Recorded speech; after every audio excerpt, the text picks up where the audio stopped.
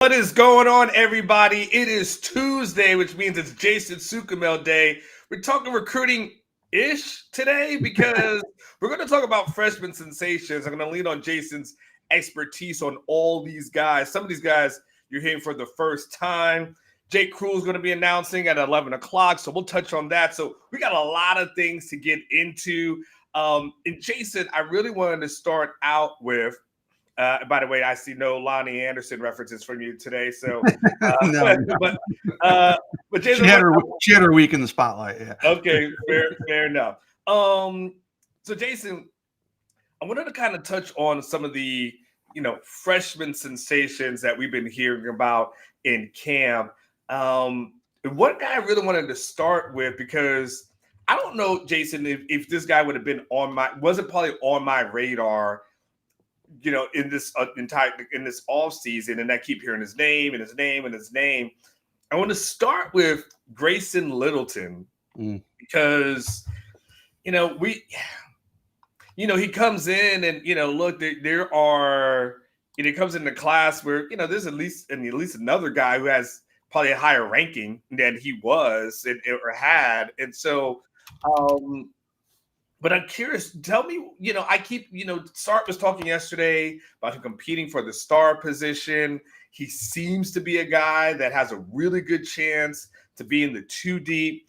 I want to start the conversation with Grayson Littleton. What have you heard about him? Because he seems to right now to be the freshman that everybody's talking about.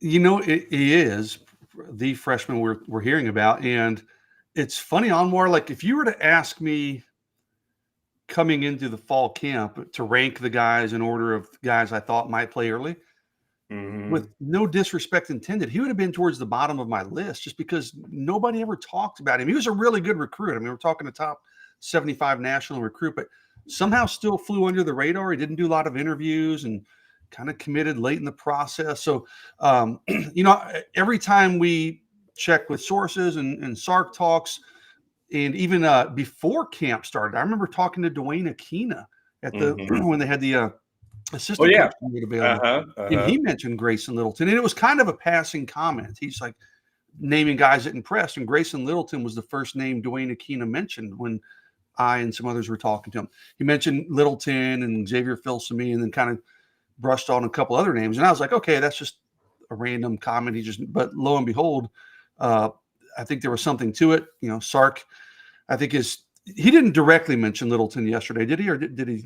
He did mention Littleton, but it was asked about the star position, and then Sark didn't mention Littleton as one of those guys. Hey, I don't care how old you are, right? If you can play, basically. Yes, that's exactly what he went to, right? Yeah. So in talking to other team sources, we've heard his name come up. So I don't think it's a fluke. I don't think it's a one practice wonder where he just went out in a scrimmage and had a good performance. And, I think he's been doing it even before they started fall camp. We were hearing that he was impressive in off-season workouts, and it's carried over to fall camp. And now, is he going to be a starter? I don't know, but I think he's certainly going to be in that rotation and be near the top of the depth chart.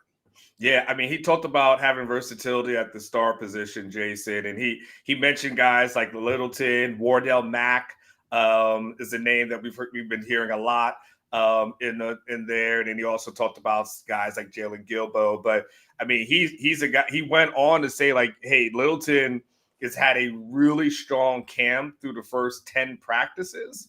I can see if I can find the exact quote that he had. Let me see if I can find it. But Littleton is a guy, and it's interesting. Golly, I do so many shows with him.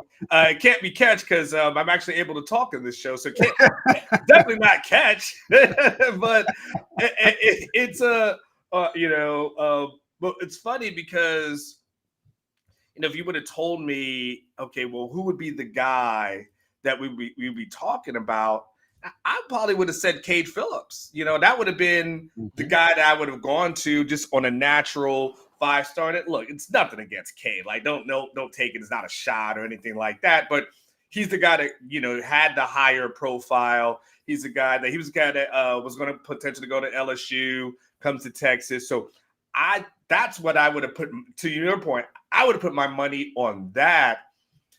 the Grayson Little thing is just it's Littleton thing is just fascinating. I'm curious about his background in high school because first of all, he's coming way prepared, right? So one, he's way prepared, Jason.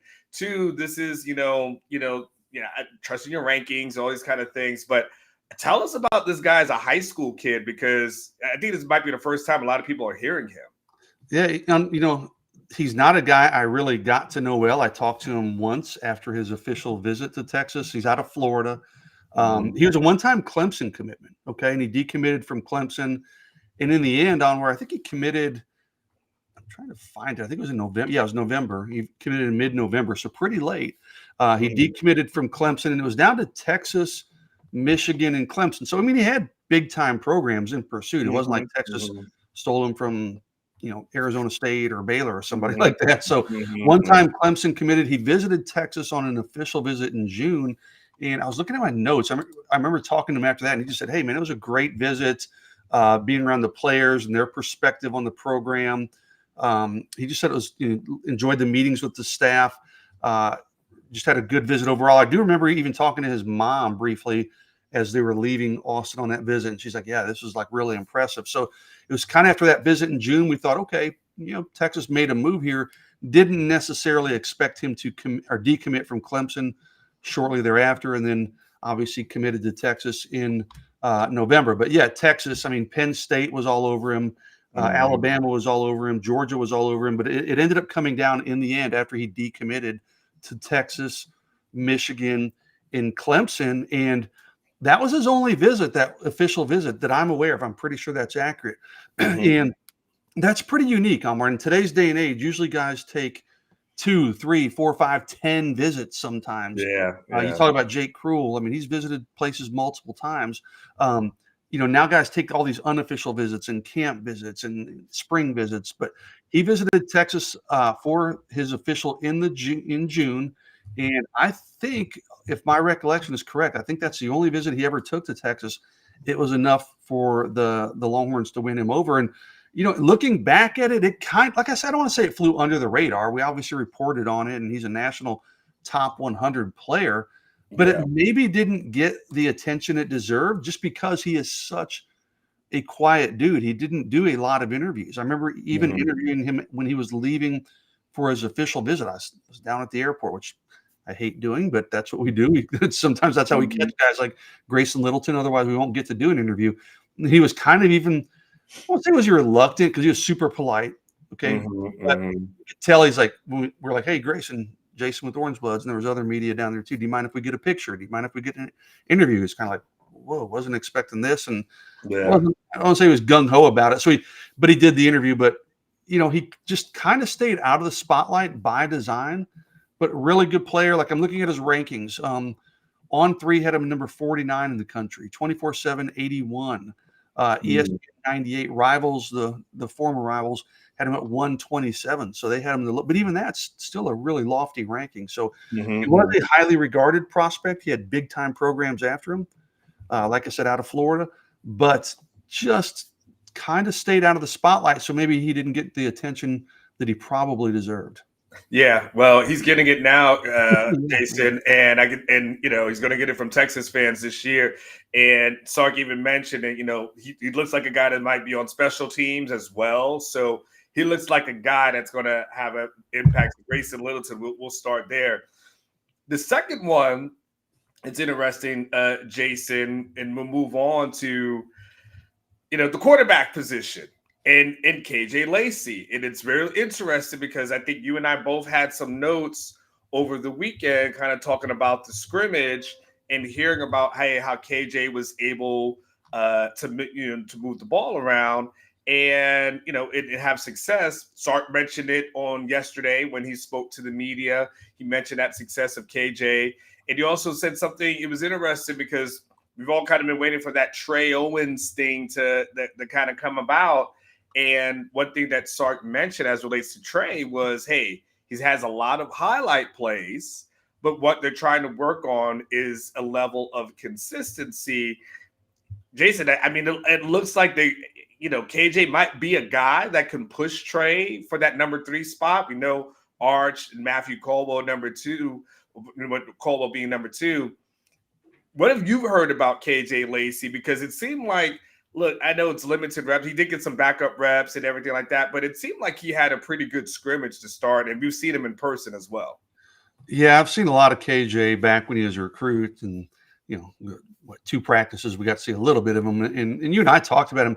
He's not the biggest guy in stature. I'm 6 foot. He's probably a little shorter than me, but boy, he packs a punch with his arm, man. He's got a really good arm, and delivers a nice ball with velocity.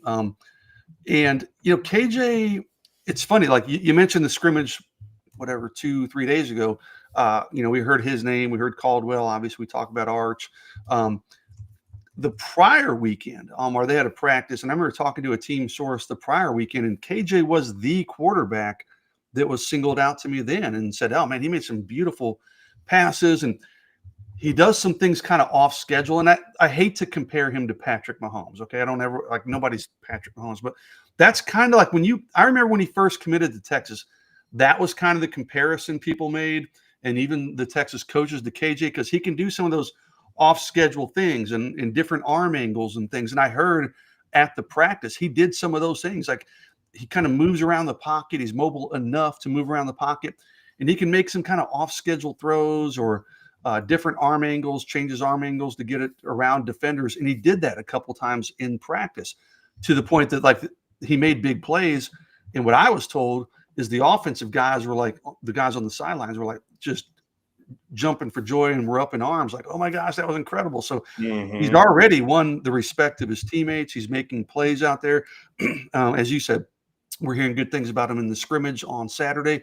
We heard good things about him in the spring when he enrolled early, and he was here for spring practices. So, it's surprising, but also not surprising. He's a true freshman quarterback. So anytime you hear a true freshman quarterback doing well, you're like, oh wow, that's okay. Yeah, do a little bit of double take, but this is a dude, man, who was really highly thought of coming out of high school by a lot of people. Sark and AJ Milwee identified him super early. They took his commitment about a year and a half before he actually signed. So, I mean, listen, when Sark and Milwee identify a guy, and that's their guy, that's the only guy they really go after, I'm like, okay, take note of that. And then you go back to his time at Saraland in Alabama. He was a dynamic player, state champion. I mean, put up ridiculous numbers. So, I saw him at Elite 11. I saw him at different camps. The guy is just a really good football player. Did I expect him to be turning heads so early when you've got, 3 somewhat established quarterbacks in front of him? Maybe not. So I think he's probably surpassed my early expectations, but it's not a complete surprise earlier. I mean, KJ Lacey's a really good. I just say, like, sometimes you just see guys and you're like, okay, that guy's huge. That guy's super fast. That guy's super strong. KJ Lacey is just a pound for pound good football player, dude. You go play out in the dirt somewhere in just a schoolyard, he's going to be a good football player. He's going to draw up plays in the dirt for you as a quarterback and make plays. He's just a good football player who gets it done. Yeah, it's interesting, Jason, because when you see KJ out there, so you see Arch at, like, what is he, 6'5", 6'6", right? You see Matthew Caldwell out there. He's a tall guy. You see Trey Owens. So you see these big dudes, and then you see KJ, who's 6 foot. But you got. I think he's quite. I think he's listed at 6 foot, but he's not. You think he's 6 foot, Jason? No, give him that extra inch and a half. He's got like hair that gives him like an extra couple inches because he's got long hair. Yeah, so we'll give him the 6 foot. Yeah, but it's interesting, Jason, because whatever the height is, you see him next to these big dudes. You've got another 5 inches on them. Everyone's got cleats on, so you're like, oh, okay. And then when you see him play and you see him throw the ball, I thought, Jason, when I've been out there, I thought he throws some of the best balls of the quarterbacks out there, not necessarily better than Arch, but I felt like out of the backups, I felt like he's thrown some of the best balls that I was seeing. I haven't seen the entire practice, but I was really impressed with him. And I think, to your point, sometimes people are just ballers. It just doesn't matter. Like, they just find a way to get it done. That's what it reminds me. He's just like a baller. It doesn't matter. It's like, again, I don't want to use extreme definitions, right? But you would look at it, and Steph Curry's not short, right? But he's By also NBA standards, he is, yeah. But yeah, by NBA standards, he is. And then all you know is just he just balls. Like Yeah. it just doesn't matter, right? And he looks like a guy that he's young, but he looks like a guy who's going to be pushing Trey Owens. And if I'm Trey, I feel like a guy like KJ is nipping at the heels. Give us a little bit background on his high school, career, Jason, and where he was as a recruit. Yeah, and I remember when he committed to Texas. Texas, the coaches, Sark and Milwee, compared him to Bryce Young, okay, which was a natural comparison. They coached Bryce at Alabama, similar size. Now, Bryce was the number one draft pick. We're not saying KJ Lacey is going to be number one draft pick overall. Who knows? Maybe will be someday. But just in terms of like the way he plays and the things he can do with the football, he's a very heady player too. So, he was Rivals. I remember Rivals had him much higher rated than everybody else. And I say Rivals, I got to clarify the old Rivals, okay, before he finished the Rivals rankings number 45 in the country, okay. And at one point, Rivals had him as a 5-star. He ended up falling a little bit, so he still finished pretty high at 45. ESPN had him at 115. The other services, Anwar, weren't quite as high as on him. Rivals had the number 4 quarterback in the country. Okay. ESPN, I'm looking number 10, 24/7 number 19 quarterback. On 3, just did not like him. I never got it. Like, I'm like, did you guys watch this dude in high school? But they had him as a 3-star prospect, the number 39 quarterback in the country. Yeah, like, how could you watch this dude and his productivity? And Saraland's a loaded program. I mean, Ryan Williams was his receiver as a junior. So he had great weapons and tools around him. But, like, how could you watch this dude and rank him as a 3-star prospect? I never got it. I saw him at Elite 11 in Austin. Then he went to the Elite 11 Nationals. In bad elements and a windy day, it was cold. He was fantastic out there. You could see the arm talent. So, he committed to Texas super early.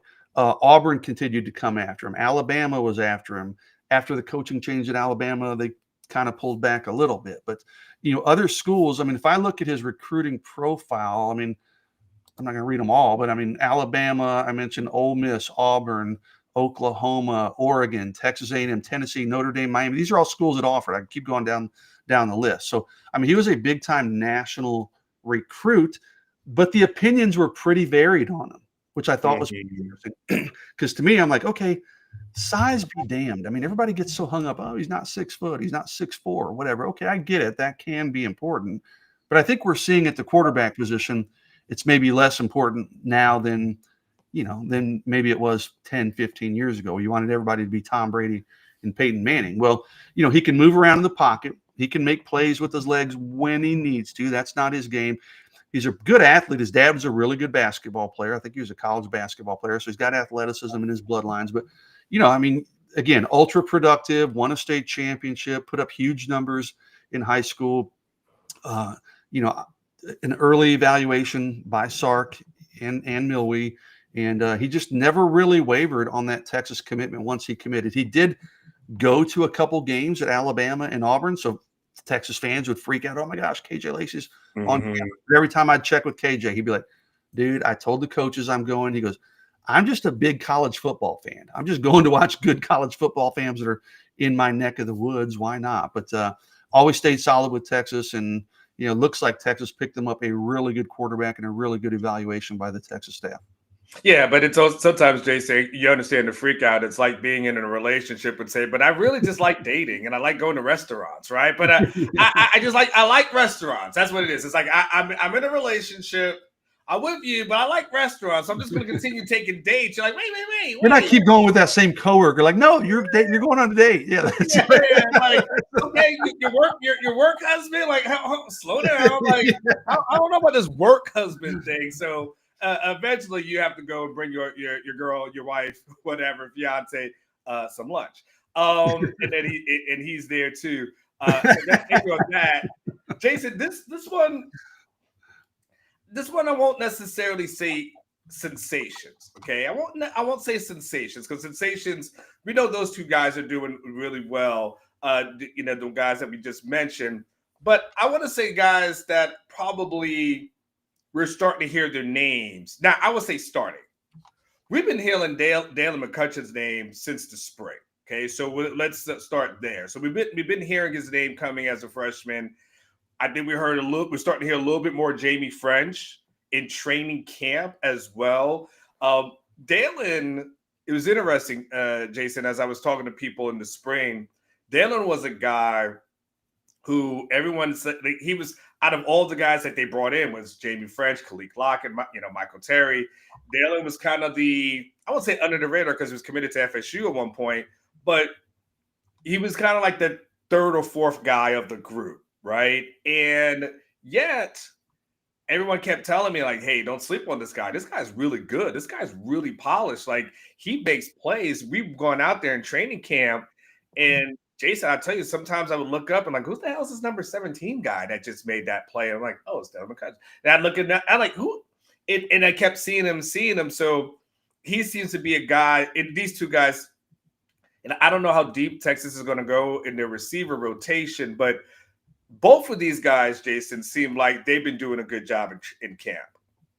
Yeah, it's funny. I think I don't remember what show it was on, but someone asked, like, what freshman would I predict to have the most receptions? And I picked Dalen McCutcheon. He's out of Lovejoy High School up in the Dallas area, same school that produced Parker Livingston. Todd Dodge is his coach, so he's got good coaching coming out of high school. Dude, I love this guy as a recruit. Let me pull his profile. Well, don't forget Margin Hooks is his trainer.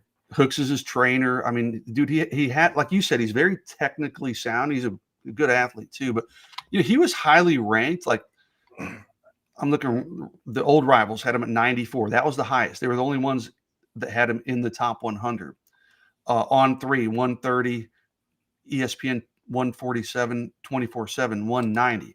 Even 190, I mean, that's nothing to sneeze at. You're still a top 200 player in the entire country, right? But he wasn't in the 5-star conversation. He wasn't a national top 50 guy.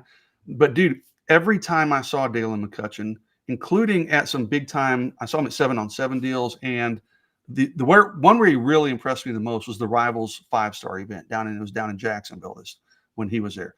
You got the best of the best, including Jamie French was there, and the best defensive backs were there. And Dalen McCutcheon was lighting dudes up on where he had them on the skates, right?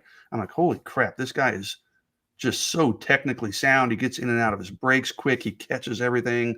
I mean, and he's just kind of a quiet assassin. Like, I don't think you probably haven't talked to Dalen yet because he's a freshman, but you will love him when you get to talk to him. He is yes sir, no sir. He's polite. He is very accessible. I mean, he's a dude. Like I remember when I was leaving that Jacksonville Rivals 5-star, I knew at that time he was going to go to Florida State because he did commit to Florida State. He then decommitted when Florida State, the wheels fell off that year. And then he, of course, obviously committed to Texas. I left that event, Anwar, and I had met his parents previously during his official visit. I talked, and I had met his parents and talked for like a minute. And I texted with his dad off and on Florida State. And I said, hey, guys, want to just say hello. I'm leaving, heading for the airport. But I said, hey, your son did a great job. And I told him, I said, I just want to tell you, like, he is one of the best kids I've covered in a long time. And I'm a big Dalen McCutcheon fan, just the way he carries himself. You'll really enjoy covering him once you get to start talking to him. But just very mature, like I said, kind of a quiet assassin, right? Just very confident. He's not a guy that's going to go showboat a lot and get in guys' faces when he shows them up. He's going to make his plays, and he's going to run to the end zone. He's going to run back and get in line and do it again, okay, and do it on the next rep. So, first off, I'm happy to hear he's doing well because I'm a fan. But secondly, I mean, everybody I've talked to, including going back to the spring, his name keeps coming up. Jamie French, you mentioned. I did not hear Jamie's name when I was talking to sources about the scrimmage on Saturday. But that doesn't – sometimes – I mean, you know how it is, Almar. I mean, First off, even if you and I were out there watching the scrimmage, you can't see everything. Correct. Right? Correct. And when we're talking to other sources, they're not going to remember everything. So that doesn't mean Jamie French didn't do well at the scrimmage, but I didn't hear about him specifically. But I remember, I mean, I've heard things in the spring. I've heard things in the offseason just about his maturity. I saw him at that same Rivals 5-star. Jamie is he's kind of different than Dalen. He's not the quiet assassin. Jamie's got that, he's going to flash that big smile and he's going to talk some trash, but also a really good kid. probably will take our job one day. He wants to go in the media, and he's super Oh, personal. well, yeah, we're done. So Yeah. hopefully by the time he's ready, Omar, you and I'll be like in a retirement home or something. Then again, he'll probably take a big time job. So he don't want these small potatoes that we got, Jason. I mean, so I think he'll be. I think that's the ESPNs and stuff. Yeah, I was gonna say he'll be on national ESPN somewhere. Yeah, no one wants our jobs. But a 5-star player, obviously very highly regarded, just a smooth player, a smooth route runner. He's not going to run the fastest 40. He's not going to jump the highest. He's not the most intimidating physically, but just a smooth player who just gets things done. Again, I go back to that Rivals 5-star. I mean, making plays downfield, getting behind guys. He maybe not be the fastest guy, but he sets defenders up well and is able to use that to kind of get them off balance and get behind them. But yeah, I mean, tremendous player. I mean, obviously, I think did he finish as a 5-star? Let me pull that up, Omar. I don't know if he finished as a 5-star.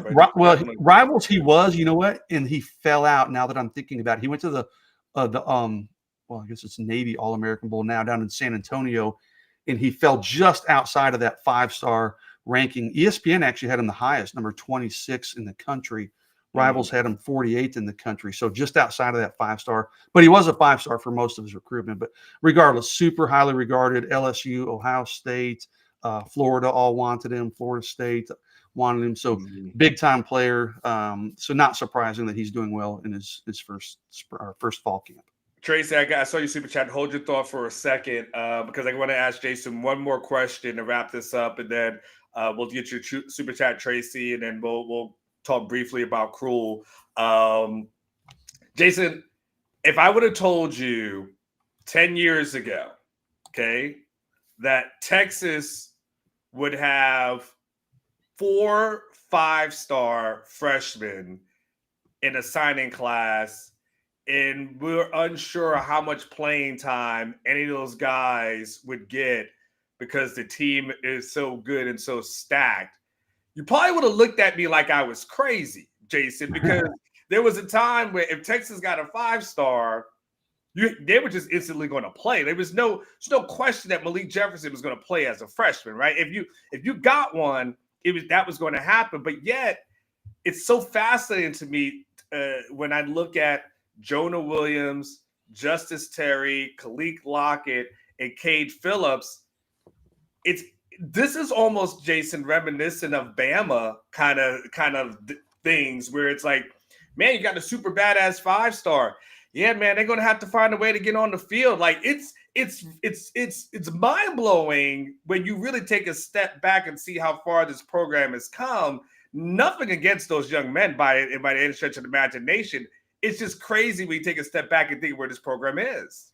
Yeah, and Lance Jackson and Bo Barnes were 5-stars by other, depending on which ranking you're looking at. And honestly, those dudes will all probably play a little bit, but like none of them are like battling for starting spots, right? So, yeah, John, exactly. 5-10 years, certainly 10 years ago, those dudes committed. You're like, okay, that's a day one starter. Let's just pencil him in as the top of the depth chart. So, right, it's just a testament to the talent that they have acquired in this program and frankly developed in this program. The NFL draft reflects that. But those guys are all really good players. They're all going to be big time players, and I expect they probably all will contribute to some degree this year. But even Anthony Hill was brought along kind of slowly, right? So Colin Simmons last year. Simmons was brought along kind of slowly. They didn't just throw him out there as a day one, hey, first snap of the season, go out there and play. So it's a nice luxury to have. Like you said, that's what the Alabamas and the Ohio States of the world have done for years. Every once in a blue moon, you'll see a true freshman, mostly because A, they're really good players, but B, there's a need at that position. Well, Texas doesn't have really many holes on this roster at all. I mean, if any. So, could Lance Jackson go to a program and start if there was an absolute need? Yeah, absolutely. Jonah Williams, Jonah's, played baseball, had the hamstring injury, but if Jonah was all in on football, could he be an instant starter, plug and play starter at some programs? Yeah, probably so. But Texas doesn't have a need for that. They can kind of bring these guys along, groom them a little bit, let them get some experience, and then have their time in the spotlight. So It's much different than what we're accustomed to covering, Anwar, but it's a nice problem to have, isn't it? That's a sign of a good, healthy program. And I was talking to someone, we were at practice.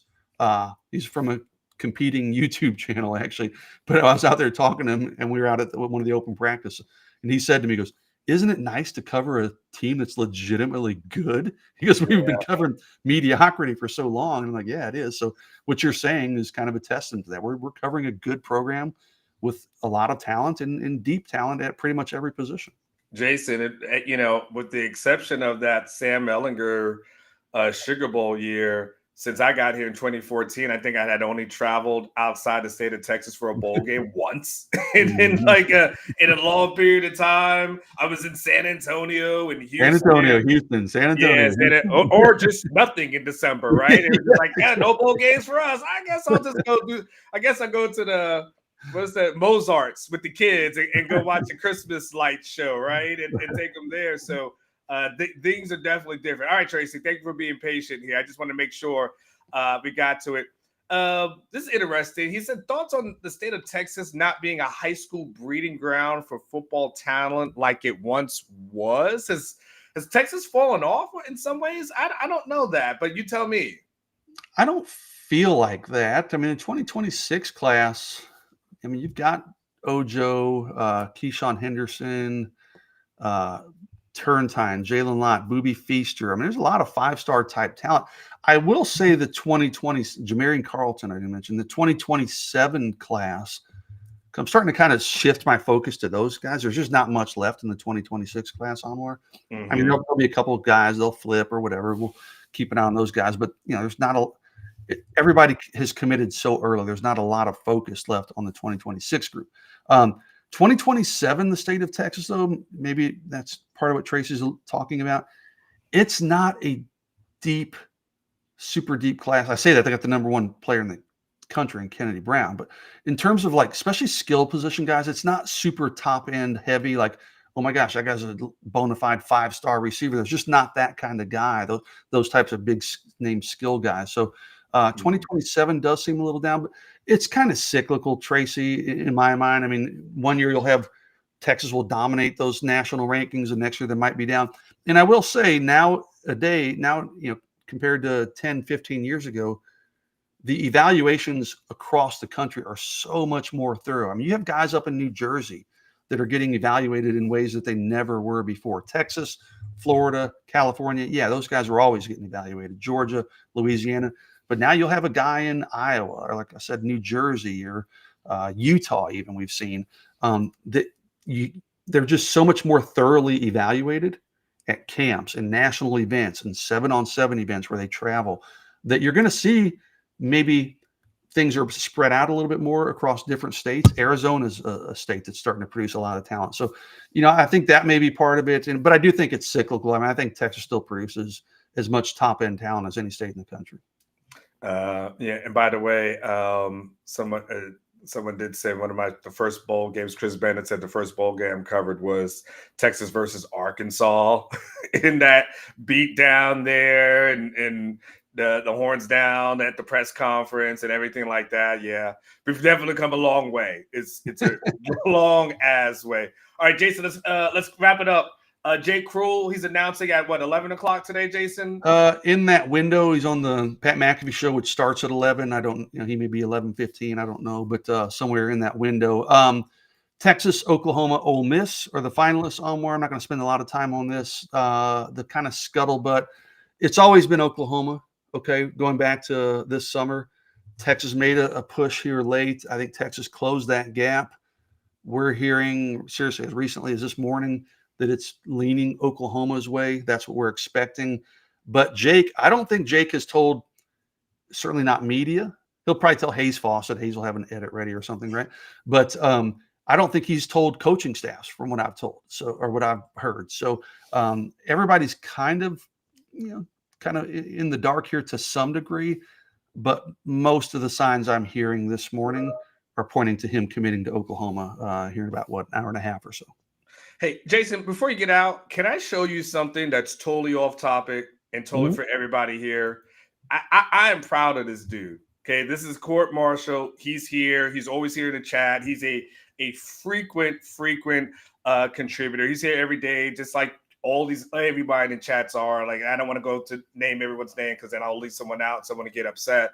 It'll be like an Oscar award speech, and you're gonna yeah, it would take forever. But let me show you something that is just amazing. And I just want to give this dude his props, Jason. He posted this on his Instagram recently. Oh, wow. He's lost over 200 pounds in a year. He talked about being I think he said over 400 pounds. Like, he was 434 pounds at one point, got a surgery, and look at him now at 229. Yeah, it looks great. Good for you. I don't know what Da Vinci surgery is, but I'm looking at that. That's fantastic. Good for him. Yeah. So in any case, I just want to give him his props. Everyone give him an attaboy in the chat, man, because that is awesome stuff to hear. So I know it was unsolicited. He didn't ask for that, but I just want to give him his props while he was here. Congratulations to you on your weight loss journey. Yeah. Hey, I'm trying to lose about 15, and I want to lose about 15 to 20 Anwar.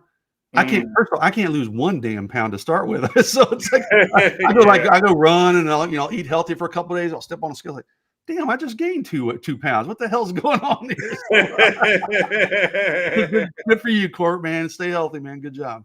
All right, Jason, get out of here. I'm going to wrap this show up, man. All right, later, Anwar. Let me see if I can. All right, brother. Take care. Get out of here. Jason Sukamel from orangebloods.com. I'm trying. I promise. All right, old man, get out of here. I'll kick him out. He doesn't know what the hell he's doing.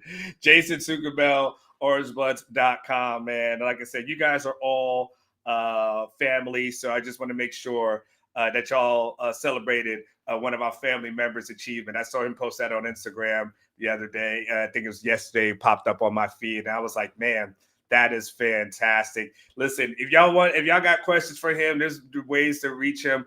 I don't have it up there, but I think it said it was a surgery. He's here. He's in the chat. He can answer all your questions. Probably didn't ask for the attention, but I just wanted to celebrate him and celebrate you guys as well.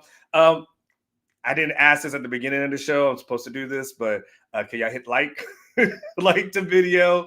If you like the video and all the information that you have, subscribe to the channel. If you have not done so, please subscribe to the channel. We're growing strong. We're trying to keep going stronger. So please go ahead and do that. We'll be out. You guys know we got tons of shows that'll be here. I'll be back tomorrow. Plenty to discuss as training camp moves on and as we get into getting close to the kickoff for Ohio State. So remember, I always tell y'all, as I always close out every show, I tell y'all, live each day like it was your last. One day it will be. And I always say that. It sounds like a cliche. That Target in North Austin, I was just there like a week ago, right? I mean, life comes at you so fast. So, first of all, prayers and for everybody, who was affected by that, the victims, the people who had to see it, all that kind of trauma. And y'all just go out there, appreciate your life. And life is short, so go out there and do something special for yourself, okay? No matter what it is, something little. Go out there and do something special for yourself. Go and contact someone you haven't contacted in a long time, but enjoy the life that we have because it is very precious. But I will be back tomorrow with much more to